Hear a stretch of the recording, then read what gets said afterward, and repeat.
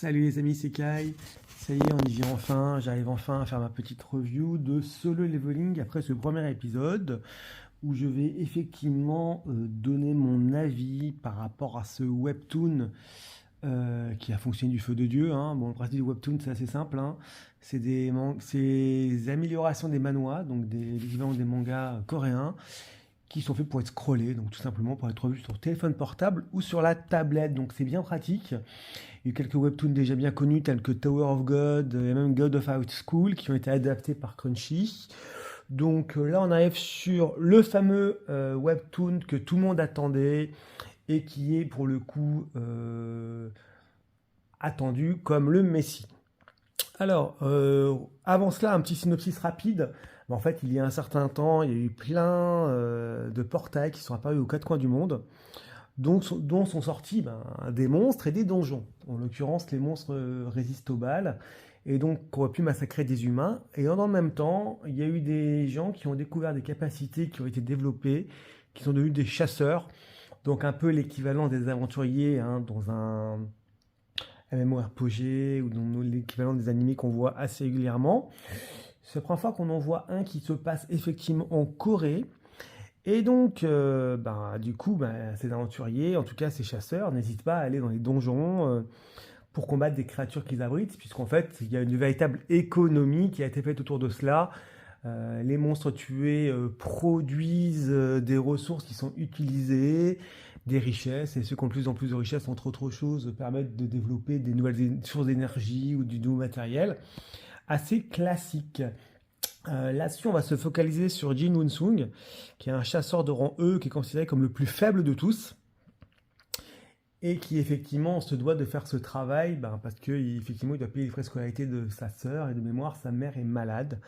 Donc voilà, au lieu de faire un travail lambda, il a essayé d'être aventurier, sachant que c'est le genre de gars qui va dans un donjon niveau D, qui peut même se faire blesser par un slime ou un gobelin, même risquer sa vie à chaque fois tellement il est mauvais. Parce que bon, je ne parle pas de Goblin Slayer, mais on est vraiment dans un niveau où mais je ne sais quel, je crois que c'est pour moi c'est les ennemis les plus bas qui existent dans le livre dont vous êtes le héros à mon époque.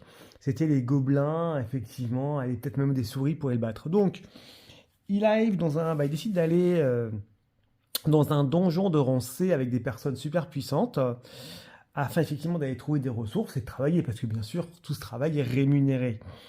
Donc, sauf que, en l'occurrence, ils vont se retrouver à l'intérieur de ce donjon, dans un lieu, dans une deuxième porte à l'intérieur de ce donjon, où il y a des monstres qui n'avaient pas à être là.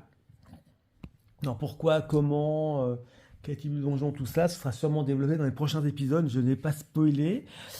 Tout ce que je sais, c'est que pour moi, c'est effectivement, j'ai un peu lu le webtoon, donc je sais qu'il y a un potentiel très très important et très très élevé sur ce type d'anime, hein. Donc il va effectivement essayer de découvrir ce qui se passe.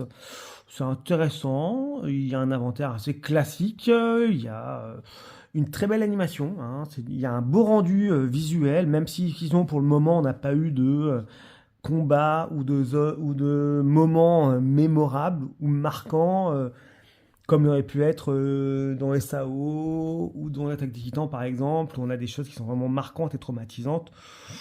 Donc effectivement, bon, à la grande surprise, il n'est pas rentré dans le top 100 des épisodes les plus regardés.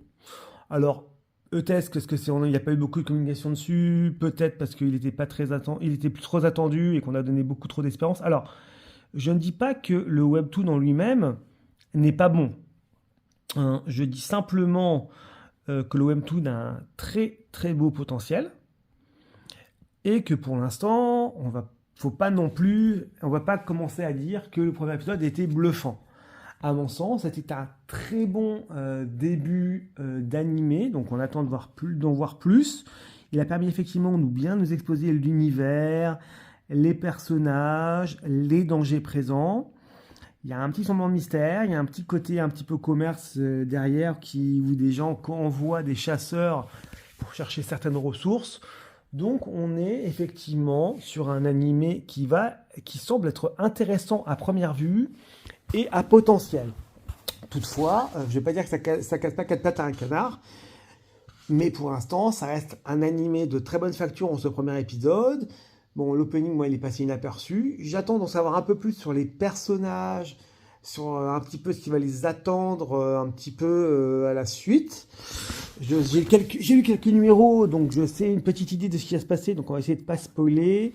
Tout ce que je sais, c'est qu'effectivement, ça va être intéressant. Donc pour le moment, juste pour dire un premier regard, on attend qu'il y ait un peu plus de profondeur dans les personnages, dans l'animation, dans le développement. Je pense que c'est difficile d'avoir du recul tout de suite avec un premier épisode et de crier à la One Piece. Tous les épisodes, c'est masterclass. Hein, on va pas se mentir, on va pas être en mode comme ça parce que bon, tous les épisodes de One Piece ne sont pas des masterclass. Même si j'y reviendrai plus tard, mais le dernier épisode de Egghead est très bon en termes d'animation, il redonne envie de le voir. Pour revenir à mon sujet Solo Leveling, écoutons, pour l'instant, un animé, on sent qu'il y a du potentiel, on sent que ça va être intéressant, j'attends le développement à la profondeur, donc on attend la suite avec impatience. Tenez-moi au courant sur ce que vous en avez pensé. À plus les amis.